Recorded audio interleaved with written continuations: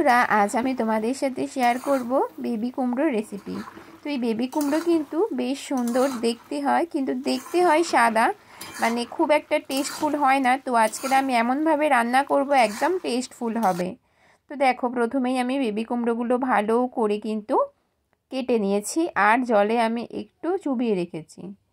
আর এই কুমড়োগুলো কিন্তু মানে খুবই কচি হয়, খোলাটা খুবই কচি হয়। নর্মালি কুমড়ো যেমন খোলাটা খুব শক্ত হয়, এই কুমড়োর খোলাটা খুবই কচি হয়, মানে একদম ছোট কুমড়োগুলো হয় দেখতে, আর পাকাও হয় না, একদম কাঁচা কাঁচা দেখতেই পাচ্ছ।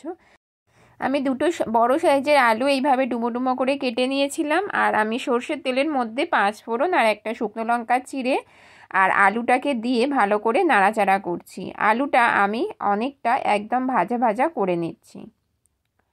তো এটা আমি অফ ক্যামেরায় করেছিলাম, তো সেজন্য তোমাদেরকে অতটা দেখাতে পারলাম না। যাই হোক, আমি আলুটা এইভাবে অনেকক্ষণ ধরে ভাজা ভাজা করে নেব। আর আমি একদমই কুমড়োটা এখন দেব না, কুমড়োটা আমি অনেকটা পরেই দেব। তো এখন আমি এখানে মশলা ব্যবহার করছি। সামান্য পরিমাণ কাঁচা লঙ্কা বাটা আর সামান্য পরিমাণ আদা বাটা আমি এখানে দিয়ে নিলাম। যেহেতু আমি নিরামিষ করছি রেসিপিটা, তো সেই জন্য আমি আদা আর কাঁচা লঙ্কাই দিলাম। আদা কাঁচা লঙ্কা দিয়ে আমি একটু নাড়াচাড়া করে নিচ্ছি। আর এখানে আমি এখন কিছু মশলা দেব। আর এখানে আমি একটা ক্যাপসিকামের শুধু দানার অংশটা দিয়ে নিলাম, আর একটা বড় সাইজের টমেটো দিলাম। এখানে মশলা দেবার আগে শুধু বাটা মশলা দিয়ে এই সবজিগুলো দিয়ে একটু নাড়াচাড়া করে ঢাকনা দিয়ে দেব কিছুক্ষণ, যাতে টমেটোটা ভালো করে সেদ্ধ হয়ে যায়। তো এটা আমি ঢাকা দিয়ে দেব, আর ঢাকা দিয়ে আমি কিছুক্ষণ পরে ফিরে আসব। কয়েক সেকেন্ড ঢাকা দেওয়ার পরে দেখো ফিরে এসেছি, আর টমেটোটা বেশ হালকা একটু সেদ্ধ হয়ে গেছে, দেখতেই পাচ্ছ। তো এখন আমি এখানে মশলা দেব। পরিমাণ মতো লবণ দিয়ে নিচ্ছি। এখন দিয়ে নেব সামান্য হলুদের গুঁড়ো আর জিরে গুঁড়ো।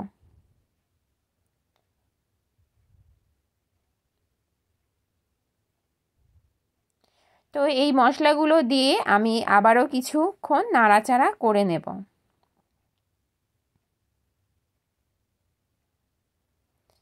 আর আমি এখানে একদমই জল ব্যবহার করব না, কারণ বেবি কুমড়ো থেকে অনেকটাই জল কিন্তু বেরাবে। তো সেই কারণে আমি একদমই জল ব্যবহার করব না। দেখো, আমি মশলাটা আলুর সাথে ভালো করে কষিয়ে নিয়েছি, তারপরে আমি এই কুমড়োটা ভালো করে একদম জল ঝরানো ছিল, এটা আমি এর মধ্যে দিয়ে নিলাম। এইবার আমি এটা কয়েক সেকেন্ড ধরে নাড়াচাড়া করছি, আর নাড়াচাড়া করা হয়ে গেলে আমি একটা ঢাকনা দিয়ে ঢাকা দিয়ে দেব। আর কুমড়োটা থেকে অনেকটাই জল বেরাবে, তো আমি তো যতক্ষণ আলুটা কষেছি আলুটা প্রায় অনেকটা সেদ্ধ হয়ে গেছে। তো আমি এখানে আর একদমই জল দেব না, এরকম নাড়াচাড়া করে ঢাকনা দিয়ে হালকা আঁচে আমি কয়েক মিনিট হতে দেব। ভালো করে নাড়াচাড়া করে নিচ্ছি সবজিটার সাথে, মশলাটা ভালো করে যাতে মিশে যায়, আর প্রত্যেকটা সবজির সাথে যাতে মশলাটা বেশ ভালো করে অ্যাবজর্ব হয়। তো সেই জন্য দেখো নাড়াচাড়া করে নিলাম। এখন আমি ঢাকনা দিয়ে ঢাকা দিয়ে দিচ্ছি। তো এটা কয়েক মিনিট আমি এখন হতে দেব, ফিরে আসছি। তো দেখো কয়েক মিনিট পরে ফিরে এসেছি। তো তোমরা নিজেরাই দেখো যে এখানে কিন্তু আমি একটুও জল দিইনি, আমি হালকা আঁচেই এটাকে ছেড়ে দিয়েছিলাম ঢাকনা দিয়ে। আর কতটা জল বেরিয়েছে দেখো, এই কুমড়োটা থেকে কিন্তু অনেকটাই জল বেরিয়েছে, এখনও জল বেরাবে। আমি আবারও এটা নাড়াচাড়া করে আবারও আমি ঢাকনা দিয়ে ঢাকা দিয়ে দেব। হালকা আঁচে এভাবে ঢাকনা দিয়ে রান্না করলে কিন্তু রান্নার স্বাদ খুবই সুন্দর হয়।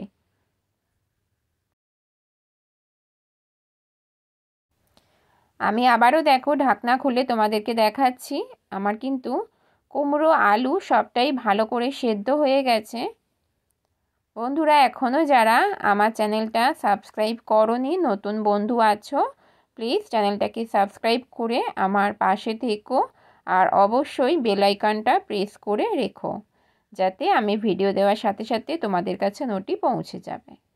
তো এখানে দেখো নাড়াচাড়া করতে করতে আমি স্বাদটা ব্যালেন্স করার জন্য আমি 3টে ছোট সাইজের বাতাসা দিয়ে দিলাম। তোমরা চাইলে এখানে কয়েক দানা চিনিও ফেলে দিতে পারো। তো আমি এখানে বাতাসা ব্যবহার করলাম, সেটাও গুড়ের। আর আমি এখানে সামান্য ধনেপাতা দিলাম রান্নার স্বাদটা আরও একটু ভালো করার জন্য। ধনেপাতা দিলাম, ধনেপাতা দিয়ে নাড়াচাড়া করে নেব। আর এখানে আমি দিয়ে নেব ভাজা মশলা গুঁড়ো করে রাখা। আর ভাজা মশলার মধ্যে গরম মশলা, ধনে, জিরে, শুকনো লঙ্কা এগুলোই আছে। তো এই ভাজা মশলাটাও দিয়ে নেব। আর নামানোর আগে সামান্য ঘি দিয়ে আমি কিন্তু ঢাকনা দিয়ে রেখে দেব। তারপরে কয়েক সেকেন্ড পরে আমি তরকারিটা একটা পাত্রে নামিয়ে নেব।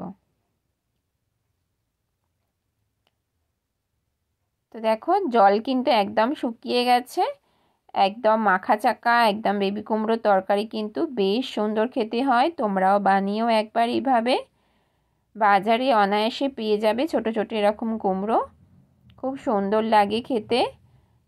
আর এটা কিন্তু লুচির সাথে, পরোটার সাথে, রুটির সাথে বেশ ভালো টিফিনে কিন্তু তোমরা খেতে পারবে। আর নিরামিষ দিনে ভাতের সাথেও বেশ দারুণ লাগে খেতে। আমরা লুচি মানেই লুচির সাথে কুমড়ো আলুর তরকারি কিন্তু বেশ ভালো যায়। তো এটা আমরা প্রায় সবসময় বলে থাকি, লুচির সাথে কুমড়ো আলুর তরকারি। তো এইভাবে যদি কুমড়ো আলুর তরকারিটা করা যায় বেশ সুন্দরই লাগবে। মনেই হবে না যে এটা বেবি কুমড়ো, মনে হবে একদম পাকা যে আমরা বাজার থেকে কুমড়ো কিনে আনি সেটাই। তো দেখো আমার রেসিপিটা কিন্তু রেডি হয়ে গেছে। আমি ঘিও দিয়ে দিলাম, ঘি দিয়ে একটু নাড়াচাড়া করে নিচ্ছি, গন্ধটা এর মধ্যেই থাকবে।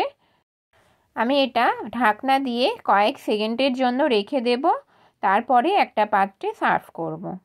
ততক্ষণে তোমরা আমার সঙ্গে থাকো।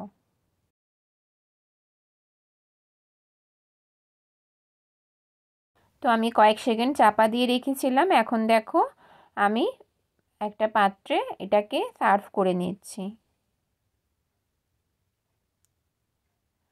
দেখতে তো খুবই সুন্দর হয়েছে বন্ধুরা, আর খেতে কিন্তু খুব সুন্দর হয়েছিল। তোমরাও বাড়িতে অবশ্যই ট্রাই করো একবার এইভাবে বেবি কুমড়ো।